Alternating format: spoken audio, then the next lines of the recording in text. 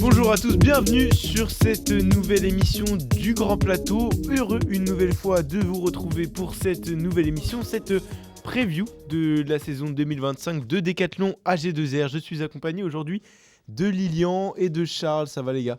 Ça va très bien, j'ai pas la voix cassée donc ça va très très bien et très hâte de faire cette preview avec toi Charles. Moi ça va très bien, j'espère que vous ça va aussi bien que moi.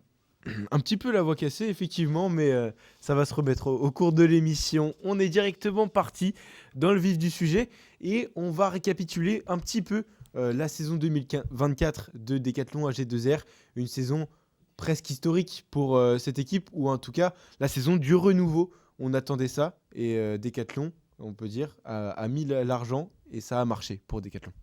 Ouais, pour Décathlon, c'est rare, enfin je trouve ça rare qu'une équipe qui change de nom, change de sponsor et un gros enchamboulement arrive à performer directement, et ça a été le cas de Décathlon qui a dépassé ses objectifs avec, on le voit, 30 victoires cette année, 5e au classement UCI. Bon alors Ben O'Connor il est pour beaucoup, parce que ouais, il y a un tiers des points UCI ont été ramenés par l'Australien, mais à part ça, ça a été une superbe saison de Décathlon, qui a aussi gagné les championnats de France, qui pour une équipe française, ça a quand même une grosse valeur. Donc ça a été vraiment une année où ils ont, pour moi, surperformé, et ça nous donne vraiment de Surperformé ou très bien performé ?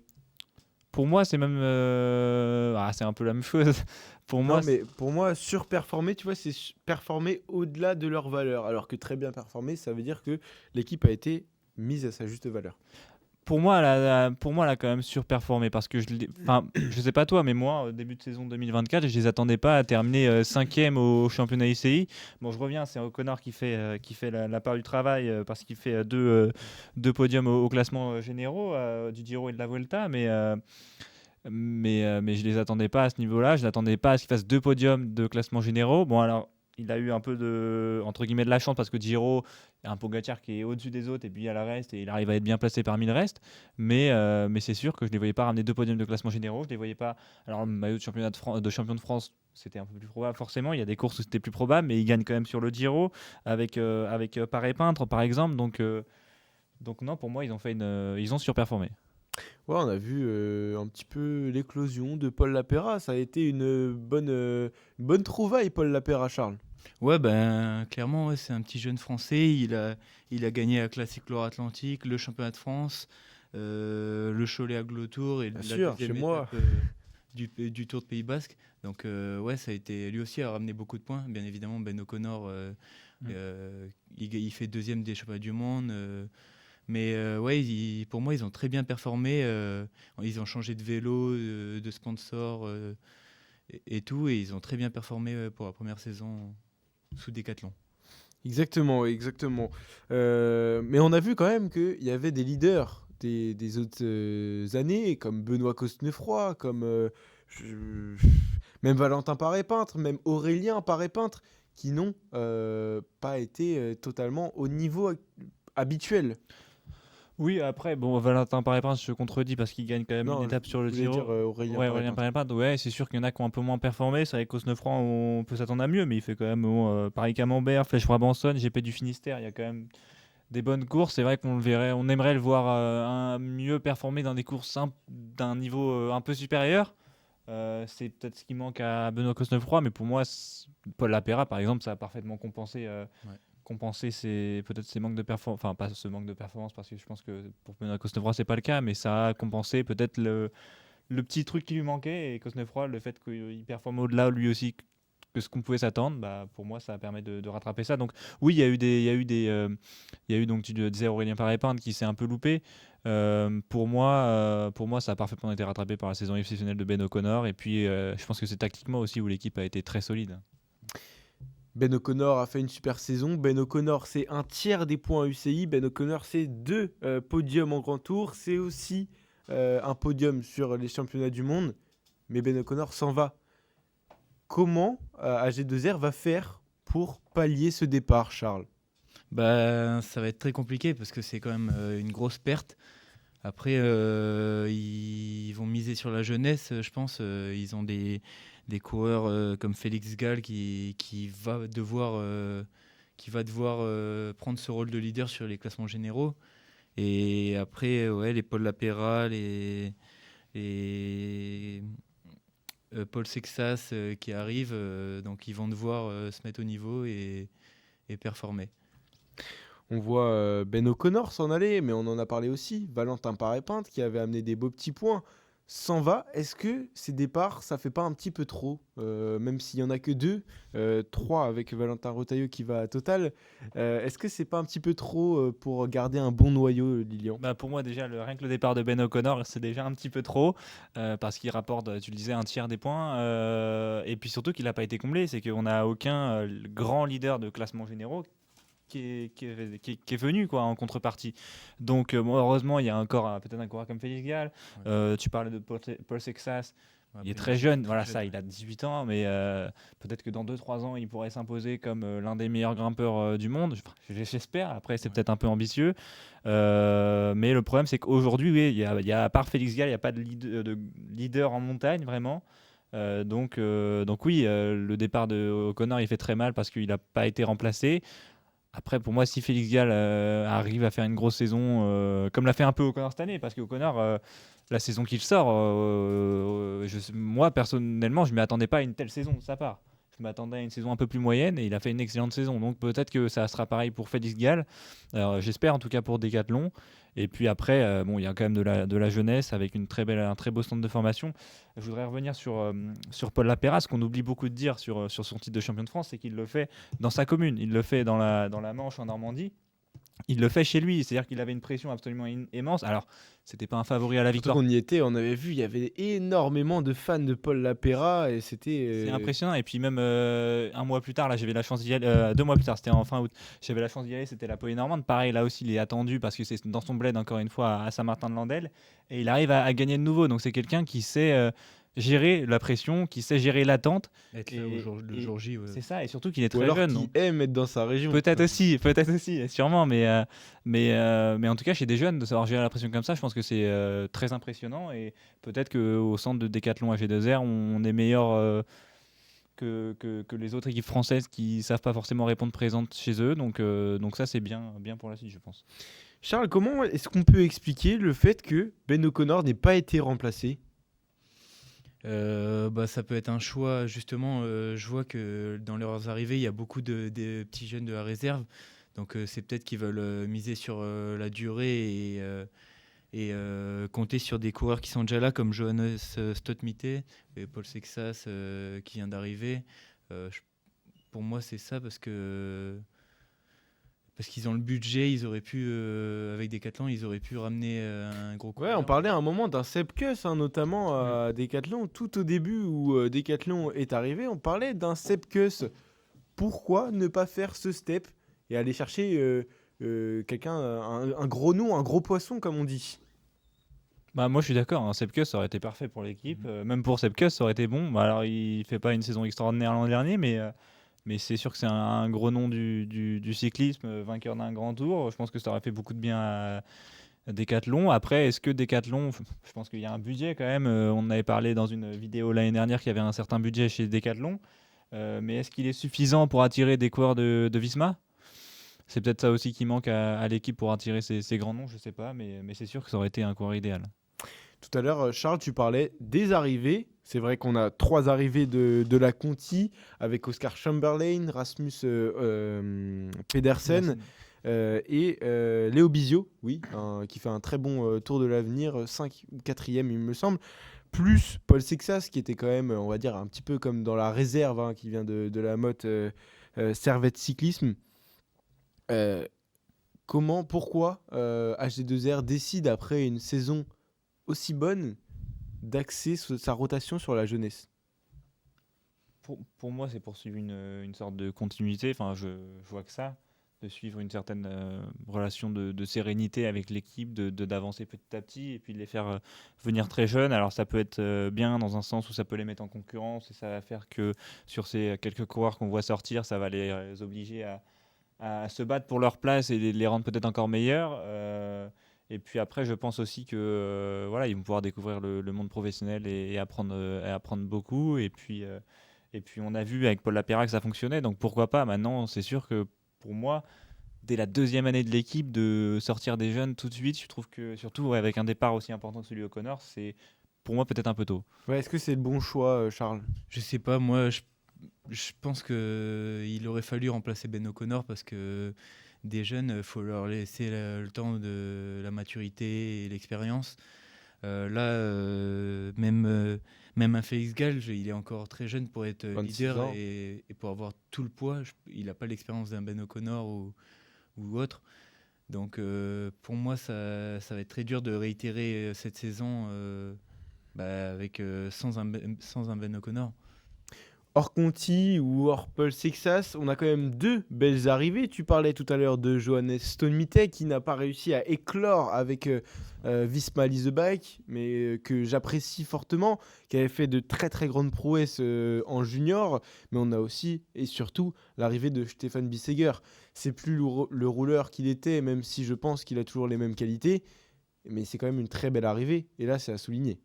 Ouais, pour moi, Bissegger, ça reste quand même l'un des meilleurs rouleurs du monde parce que je m'en souviens au départ du Tour en 2022, il me semble, c'est le favori pour le premier maillot jaune avec le chrono à Copenhague. Donc pour moi, ça reste un très gros rouleur. Alors forcément, il a eu des saisons plus compliquées, mais quand même, ça reste un rouleur important que n'avait pas jusqu'à présent Decathlon. Et d'ailleurs, avoir un bon rouleur, ça n'a jamais été dans la Bruno Armirail, G2R. quand même. Bruno Oui, Armirail. Bruno Armirail, c'est vrai. Oui, mais de rouleur, si tu veux, vraiment de pouvoir gagner au contre-la-montre. Ça n'a jamais été dans l'ADN d'AG2R. On s'en souvient des contre-la-montre où ils ont pu perdre, notamment par équipe, où ils ont pu perdre beaucoup de temps. Donc ça fait du bien d'avoir ce coureur, je pense, ce profil de coureur qui leur manquait. Bon, maintenant, ça rattrape quand même toujours pas le départ de Ben O'Connor, quoi. C'est vrai, on voit Stéphane Bissegger, ils ont gardé du coup Bruno Armirail, ils ont gardé pas mal de lieutenants, hein. Il y a encore Geoffrey Bouchard, il y a encore les Driss de Bonte, tu vois, il y a des coureurs comme ça. Est-ce que justement, c'est pas en raccord avec justement le projet des jeunes? Est-ce que c'est pas pour entourer dès leur première saison Paul Sexas et Léo Bizio qui sont quand même les deux prodiges de l'équipe? Bah moi justement je pensais exactement comme toi. Je pense que ils veulent mélanger un peu les générations pour apporter de l'expérience qu'ont les Stéphane Bissegger, les Bruno Armirail aux jeunes et apporter aussi cette touche de folie qu'a un jeune aux coureurs les plus anciens. Le sprinter leader va être Sam Bennett l'année prochaine. Est-ce que là aussi, pour le mercato, on n'aurait pas pu axer le choix sur quelqu'un d'autre, sur un gros poisson? J'aime bien cette expression.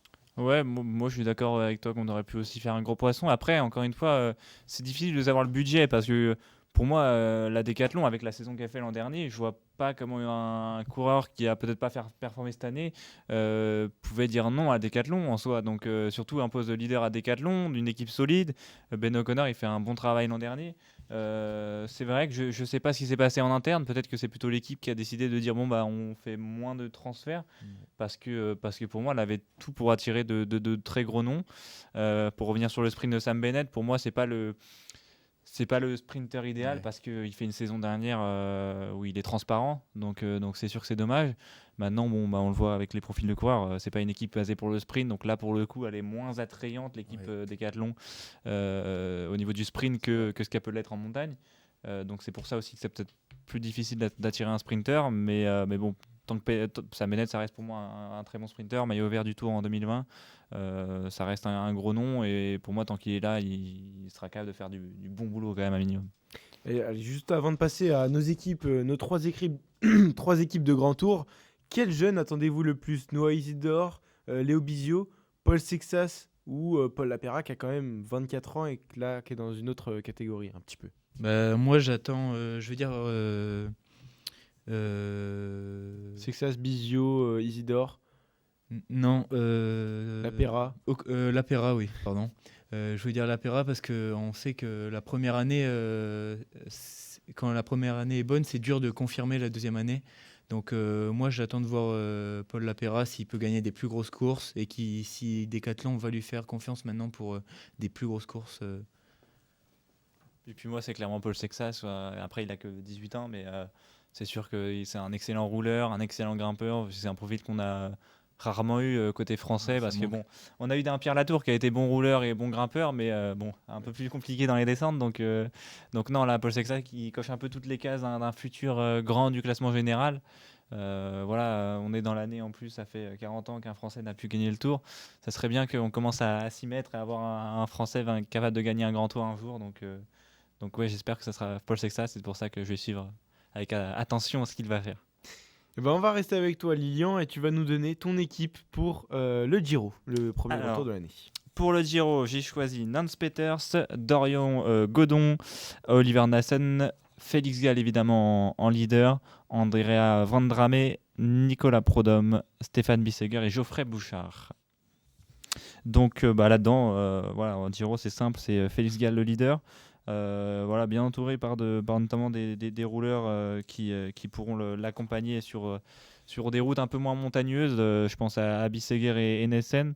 Et puis il y a aussi Nance Peters que j'aimerais revoir, retrouver le goût de la victoire. Il a eu des saisons plus compliquées, mais il a quand même gagné 2 étapes, si je dis pas de bêtises, au Tour d'Italie. Alors c'est 2021 ou 2020, mais donc non, c'est sûr que pour moi c'est un très très bon puncher, très bon baroudeur. Il est très bon quand il va. Sur le Tour de France aussi, peut-être. Oui, il gagne sur le Tour de France aussi, exactement. Là, c'est 2020, Tour de France. 2020 au Tour de France et 2019 au C'est Tour d'Italie. 2019, pardon, je croyais que c'était 2020, 2021. Non, d'accord, 2019. Et donc, moi, j'aimerais bien le voir se relancer. Il a déjà gagné donc, du coup 2 fois au Tour d'Italie. Donc, pour moi, il est capable de. Une fois au Tour. Ah, c'est une fois, pardon, Ouais, c'est ouais. 2 fois. Je croyais que. Non, Très une bien. fois. Mais je le vois totalement en mesure de gagner une étape s'il arrive à retrouver des jambes qu'il a pu avoir. Charles, ton équipe pour le Giro. Alors moi, mon équipe pour le Giro, c'est Victor Lafay, Félix Gall qui sera donc le leader, Geoffrey Bouchard, Nicolas Prodhomme, Paul Lapera, Bastien Tranchant, Dorian Godin et Oscar Chamberlain. Un mélange là entre on relance des coureurs comme Victor Lafay, Geoffrey Bouchard, et Geoffrey Bouchard l'expérience, mais aussi du très jeune avec Tronchon ou Chamberlain. Ça, comme on disait avant, sur leur politique de mettre des anciens avec des jeunes pour partager l'expérience, je pense que c'est un bon mélange avec un Victor Lafay qui a connu une année compliquée avec sa blessure, mais qui a le potentiel pour gagner des étapes. Et des petits jeunes comme pas Félix Gall, mais Oscar Chamberlain qui vient d'arriver, et pourquoi pas le mettre sur un Giro en équipier. Très bien. Qui sera ton chasseur d'étape? Ce sera Paul Lapera? Ce sera Paul Lapera sûrement, ou Victor Lafay peut-être? Moi, Sur lequel tu comptes te baser sur chasseur d'étape? Moi, je pense plutôt Victor Lafay, ouais, sur un Giro. Je le vois bien. Je trouve que c'est des profils qui peuvent lui convenir.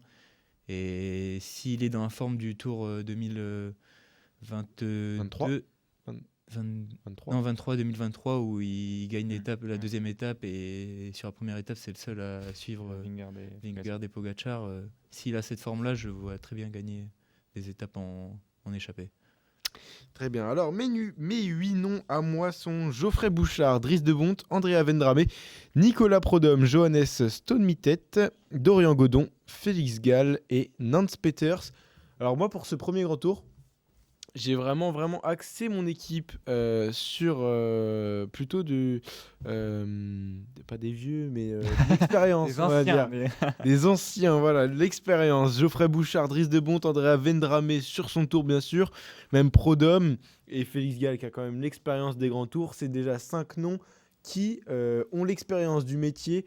Et bien sûr, j'ai mis Vendrame pour les sprints, ou même pour les étapes où les sprinters sont un peu délaissés. Lui, il passe assez bien les bosses. Donc pourquoi pas, sur son tour national, faire un truc. Il a 30 ans, il est encore dans la fleur de l'âge, même si on sait que maintenant, c'est plus vers 26-27 ans qu'arrive le prime des coureurs, qui arrive très tôt. Hein. Mais ouais, j'ai mis des coureurs plutôt à l'expérience pour un premier grand tour. Je pense que c'est plutôt bien. Et puis, comme vous, en leader, Félix Gall, bien entouré de Johannes Stonemittet, que je lance directement dès le premier grand tour. Comme je vous l'ai dit tout à l'heure, pour moi, ce garçon a un très bon potentiel et n'a pas été exploité comme il le faut à Visma Lease the Bike. Et donc, il faut le remettre en confiance dès le début de la saison.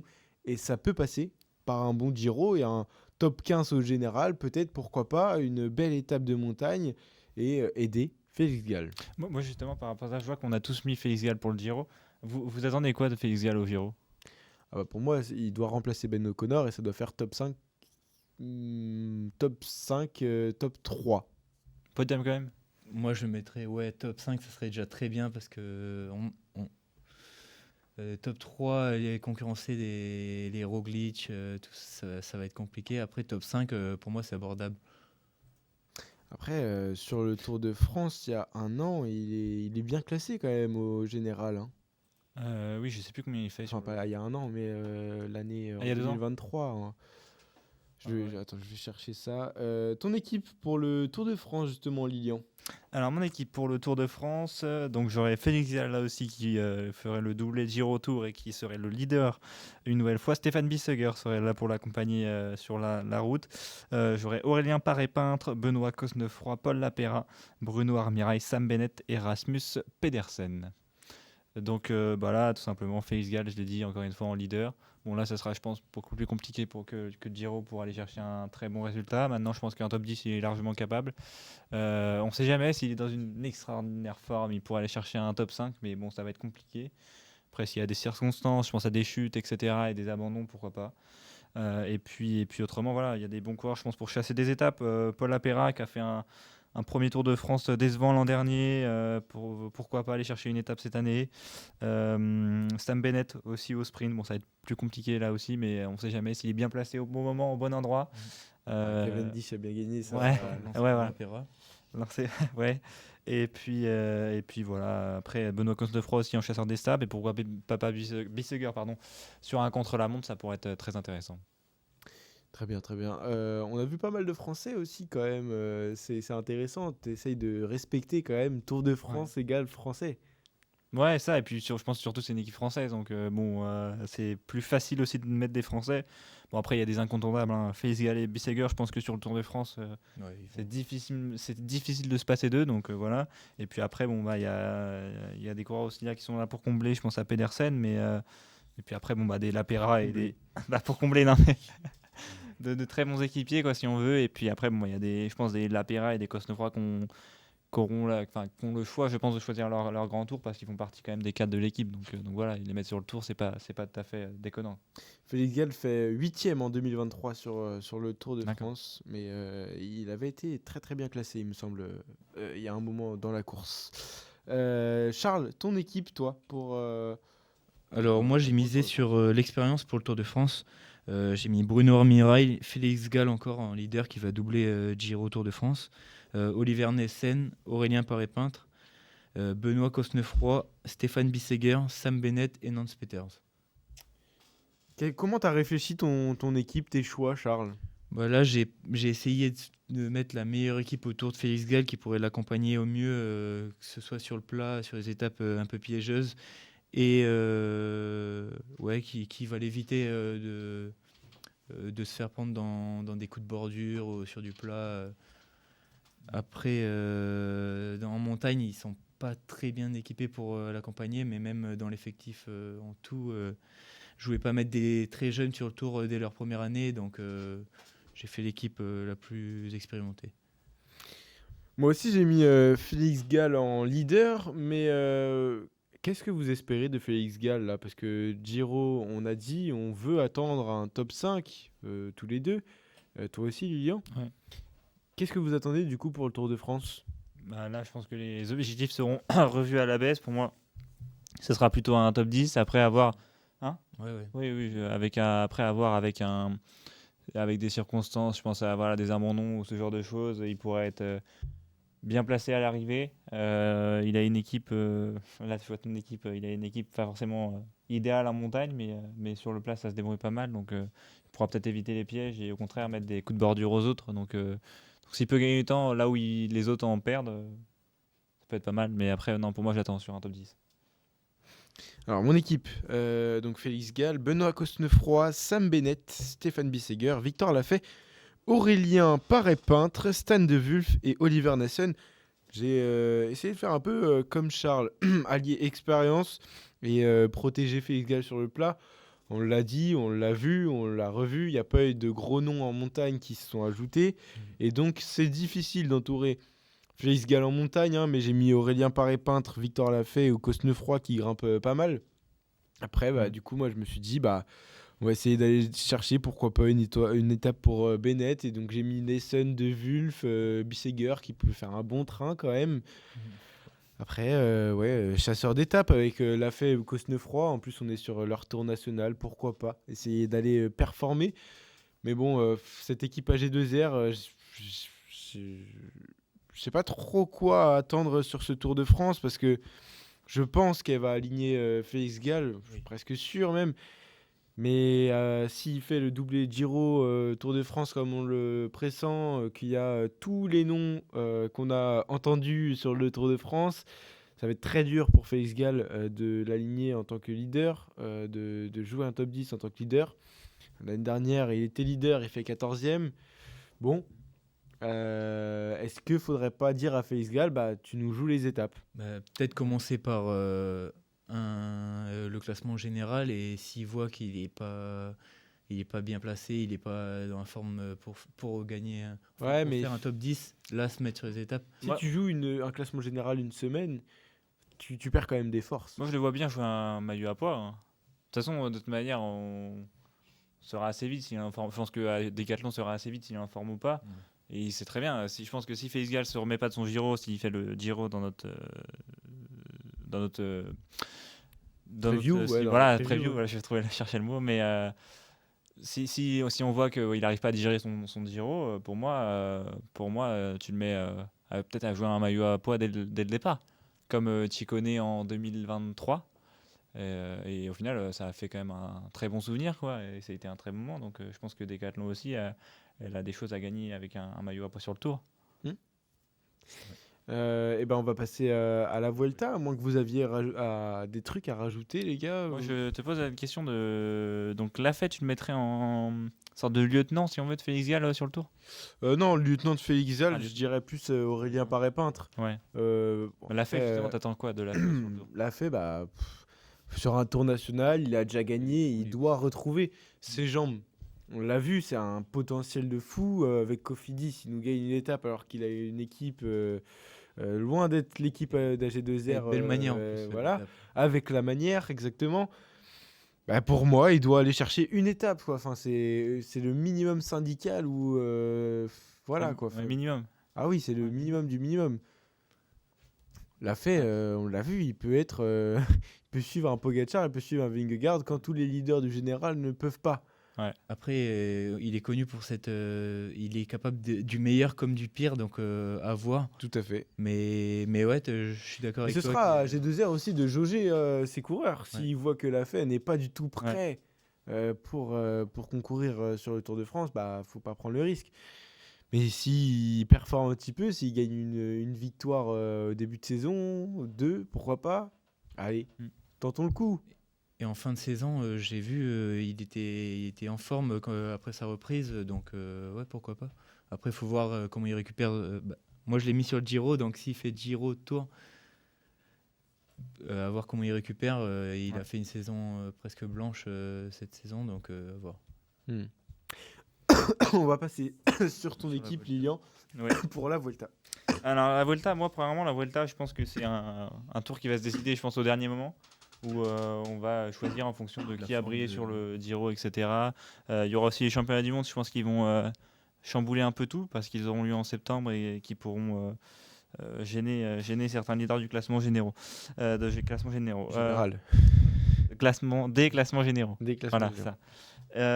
Donc là, sur la Vuelta, je mets Victor Lafay, Paul Sexas en leader peut-être, Benoît Cosnefroy, c'est ça, Paul Lapera, Bruno Armirail, Callum Scott-Sons, Dries de Bont et Sam Bennett. Donc Bennett pour aller chercher des étapes sur la Vuelta, donc il en est capable. Donc ça. C'est vrai qu'il n'y a pas tant de sprinters que ça souvent sur la Vuelta. Non, c'est ça. Et puis Bennett, si je dis pas de bêtises, il a déjà gagné sur la Vuelta. Donc voilà. Et donc Bennett, tu le fais doubler Tour de France Vuelta. Et il a déjà gagné 5 fois sur la Vuelta, Bennett même. Ouais. Donc oui, je Après, c'est le vois pas briller tant que ça sur le Tour de France. En plus, je pense que je le vois bien peut-être abandonner au pire s'il passe pas la montagne. l'équipe ne dépend pas de lui, quoi. Quand on le voit même là sur la Vuelta, dans l'équipe que j'ai choisie, elle ne dépend absolument pas de lui. Je fais doubler aussi Paul Lapera, qui je pense, la Vuelta peut parfaitement lui correspondre. Il passe bien les bosses, il est assez endurant, donc il a une belle pointe de vitesse, donc oui, je le vois bien. Benoît Cosnefroy aussi, et puis Paul Sexas en leader, alors très jeune, 18 ans, ça serait son premier grand tour. Mais s'il est alléchant, entre guillemets, sur une première partie de saison, je le vois bien s'essayer au moins peut-être à un classement général, et puis bon, au pire des cas, à des étapes, et puis on verra ce que ça donne. Très bien. C'est une équipe ouais, assez jeune. J'aime bien ton équipe. Il y a pas mal de rouleurs. Scottson, de Bont, c'est pas mal. J'aime bien. Charles, ton équipe pour la Vuelta. Alors, mon équipe, j'ai misé sur la jeunesse. Alors, avec Paul Sexas aussi, je sais pas si en leader, mais peut-être en électron libre qui s'amuse et il découvre les grands tours et pourquoi pas aller chercher une étape dans l'échappée. Après, avec Rasmus Pedersen, Andrea Vendrame, Aurélien Paré-Peintre, Dries de Bont, Clément Berthet, Bruno Armirail et Callum Scottson. C'est une équipe plutôt assez française, si je me trompe. Ah non, non, pas du tout. Euh, non, mais pourquoi t'as fait ces choix Qu'est-ce que t'attends de Sexas? T'as dit une étape. Est-ce que c'est pas un petit peu trop jeune? C'est pour ça que moi, je pense qu'il faut pas lui mettre la pression. Il découvre le tour, la Vuelta, le Tour d'Espagne. Donc, pourquoi pas une étape, mais sinon qu'il prenne de l'expérience et qu'il s'amuse. Après, un Aurélien Paré-Peintre sur la Vuelta en chasseur d'étape, je pense que ça pourrait être pas mal aussi. Ouais. Qu'est-ce que t'en penses? Ouais, non, mais c'est bien. Je veux juste savoir pourquoi t'avais pris ces noms-là, puis après t'as pris Rasmus Pedersen aussi. Ouais, Rasmus Pedersen aussi. Pourquoi ce choix? Il est jeune aussi et tu le mets sur deux grands tours. J'avais pas mis sur les autres grands tours, donc c'est pour Lilian, ça, la Volta, j'ai fait une équipe très jeune pour combler. Ouais, parce qu'en plus, il y en aura beaucoup qui se préserveront pour les championnats du monde, je pense, qui seront très durs. Donc, à Kigali. Et ben moi, mes 8 noms, Paul Sexas en co-leader, avec Johannes Stonmite, un petit peu plus loin dans les noms que vous voyez, Paul Lapera, Aurélien Paré-Peintre, Clément Berthet, Bruno Armirail, Jordan Labrosse et Callum Scottson. J'ai hésité à mettre Léo Bizio même, c'est pour vous dire que moi aussi je voulais faire une équipe très jeune. Souvent, la Vuelta, on voit pas mal de jeunes s'éclater. On a vu Ayuso, on avait vu le duel Martinez-Heudebrooks, on a vu Pogacar, effectivement. Donc, Sexas, Stonmite en co-leadering. Pourquoi pas avoir après une semaine, s'il y en a déjà un qui est largué, ben, on essaie de tout miser sur l'autre. Et dans ce cas-là, l'autre, ça fait un bon lieutenant. En tout cas, pour ces deux-là, que ce soit en lieutenant ou en leader, ça va être de l'expérience engrangée et ça va faire du bien à G2R qui aura grand besoin de leader l'année suivante. Après, on s'en va loin là, en disant ça, mais moi aussi j'ai fait une équipe jeune et beaucoup de Français, mais pas non plus les têtes d'affiche, notamment Benoît Cosnefroy. Voilà, et j'ai hésité à mettre Léo Bizio qui ne fait pas de Tour de France qui ne fait pas de grand tour, selon moi. J'ai mis Jordan Labrosse qui est un petit peu plus vieux, qui a peut-être un petit peu plus d'expérience et qui aura peut-être la demande de faire un grand tour. Pourquoi pas, au-delà des points 1 qu'il va faire tout au long de l'année. On va passer à la dernière partie, les objectifs de la saison. Qu'est-ce que vous avez à me dire ? Moi, les objectifs, je les attends sur les étapes, les victoires d'étapes sur les grands tours. Justement, avec des Paul Sexas sur la Vuelta et même un Félix Gall sur le Tour de France, s'il décide de ne pas faire le classement général, il a toutes les qualités pour aller gagner une étape de montagne en échappée. Ou sur le Giro, parce que sur le Tour de France, il y aura Pogacar. Après, sur le Giro, je le vois bien jouer un top 5. Donc, après, s'il arrive à jouer le classement général et prendre des victoires... et même des Victor Lafay, des Benoît Cosnefroy pour aller chercher des victoires de grand tour, je les vois bien. Ouais, et puis au-delà des étapes de grand tour, je les vois aussi réussir les tours d'une semaine. Je pense à des tours des Alpes. Si je ne dis pas de bêtises, c'est Félix Gall qui a performé sur ce genre de tours, des tours d'une semaine, un Dauphiné, un Tour de Suisse, voilà. Donc voilà, le Tour du AE aussi, que Ben O'Connor avait brillé l'an dernier. Donc voilà, des tours d'une semaine où ils peuvent jouer, je pense, des classements généraux avec des coureurs très intéressants qu'ils ont, où ça peut être une bonne chose. C'est là aussi où ils ont ramené pas mal de points UCI l'an dernier. Donc ouais, je les vois bien briller. Et puis après, les classiques de début de saison, voilà, Bessèges avec des Paul Apera, enfin le GP de la Marseillaise avec Paul Apera par exemple. Donc ça aussi, ça peut bien fonctionner. Et puis surtout, je pense qu'au-delà de ça, s'ils réussissent leur début de saison, je pense que ça sera un peu comme cette année. Et comme ils ont réussi leur début de saison, ça les mettra en confiance pour le reste. Et puis après, voilà, quand la saison elle est validée après quelques mois, je pense que le reste est un peu plus facile, quoi. Ouais, moi aussi j'en attends beaucoup sur les classiques. On l'a vu, il n'y a pas pléthore de leaders pour les classements généraux. On va voir ce que Félix Gall nous réserve cette saison. J'espère qu'il va être bon. En tout cas, c'est son rôle et il va devoir être bon. Il va être obligé. J'en attends aussi beaucoup de Paul Sexas, 18 ans, mais il n'a pas été promu dans l'équipe pour rien. Donc moi j'ai hâte de voir sa première saison et on dit que c'est un prodige. Faut qu'il nous montre cette étoile et puis qu'il nous mette des étoiles dans les yeux justement. Moi, je reviens sur Sexas et Stone Mitey. Ce qui me fait peur avec ces deux jeunes, c'est que, imaginons, ils performent comme on attend d'eux à Décathlon. Est-ce que justement, ils vont performer? Bon, ils vont pas tout de suite gagner des grands tours, forcément. Mais est-ce qu'ils vont pas justement faire 2-3 bonnes saisons et on va se dire, ah tiens, ils ont le niveau pour gagner des grands tours? Et c'est là que des équipes comme Visma ou EF vont venir proposer des gros salaires et les recruter et qu'au final, ils n'auront pas fait gagner de grands tours ou de gros podiums pour Décathlon, quoi. À voir, à voir. Après, c'est la suite logique des choses, j'ai envie de dire, mais on va dire qu'avec Decathlon qui arrive dans la boucle, moi j'ai envie de croire que maintenant ils vont avoir les budget, finances ouais. pour matcher peut-être les contrats, matcher peut-être pas, mais au moins essayer de s'aligner un tout petit CDI peu en à la dessous, Van tu Aert. vois. Non, mais puis après, moi j'en attends beaucoup de Paul Lapera, on en a pas mal parlé, et là j'ai ses prochaines courses sous les yeux. Il sera à la Classique VAR, au Tour des Alpes-Maritimes, Faune-Drôme Classique, Strade Bianchi-Tirreno, Tour du Pays Basque, Amstel Gold Race, Flèche Wallonne et Liège-Bastogne-Liège. Strade Ouais. Bianchi, Amstel, Flèche et Liège, c'est un programme Tu le vois gagner ambitieux. sur ce genre Et de j'ai course. envie de croire qu'il en gagne. Parce qu'après, il y aura Pogacar sur ouais. toutes les courses que tu as citées. J'ai regardé son programme. Donc, Il est là sur mais- l'Amstel, Pogacar. Ouais, bah, j'ai vu ça sur. Il a envie de tout manger, Ouais, c'est pas possible. Après, moi, je reviens sur. Tu disais que tu en attendais beaucoup de Paul Sexas, Léo Bizio. Moi, je pense que là, ils sont dans le grand bain maintenant. Je pense les 2 premières années, voire la première année seulement, je leur mets pas la pression parce que comme j'ai dit, tu rentres dans le grand bain. Là, c'est des courses beaucoup plus Je pense longues. que la pression, ils l'ont déjà. Oui. Je pense que c'est autre chose quand même. De courir avec des Pogacar, des Vingegaard.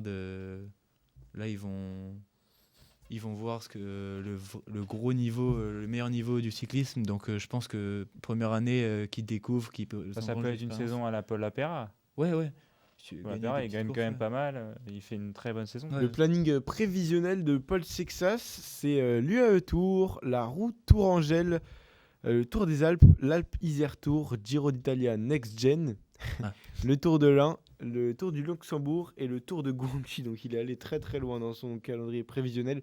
Donc pas de grande tour pour l'instant sur son calendrier Et l'un des prévisionnel. favoris pour le Giro jeune, du coup. Ouais, bien sûr, bien sûr. Même pour le Tour de l'Ain, l'Alpe Isère Tour, Tour des Alpes. Tour des Alpes, ça peut être pas mal de voir un Paul Sexas Sur une semaine. mesuré au grand grimpeur du peloton. Je le vois plus sur un tour d'une semaine que sur directement un tour de 3 semaines. Puisque ça peut aussi cramer très vite. Ouais, puis ça peut le dégoûter aussi, les courses de 3 c'est semaines, sûr. je pense. Puis il y a eu l'UAE Tour, du coup, dans à peine une semaine, ça va être Ouais. intéressant de le voir. On va voir déjà. Qu'est-ce qu'il va faire. Ouais. Et ça va être intéressant. On verra s'il y sera ou pas au final, mais ça peut être intéressant. Bah, les gars, si vous avez rien à rajouter, on peut conclure cette vidéo. Merci à vous d'avoir été sur le plateau. Merci à toi. Et puis, bah, on en attend beaucoup du coup de AG2R, comme on l'a dit. On attend beaucoup des petits jeunes. J'en attends beaucoup des petits jeunes, vous un petit peu moins. Faut leur laisser le temps. Moi, j'ai envie qu'ils rentrent dans le grand bain directement. Dites-nous ce que vous pensez de la saison. Quels sont les objectifs de Decathlon AG2R? Est-ce que le mercato est-il suffisant? Dites-le nous en commentaire. Merci de nous avoir suivis et à la prochaine.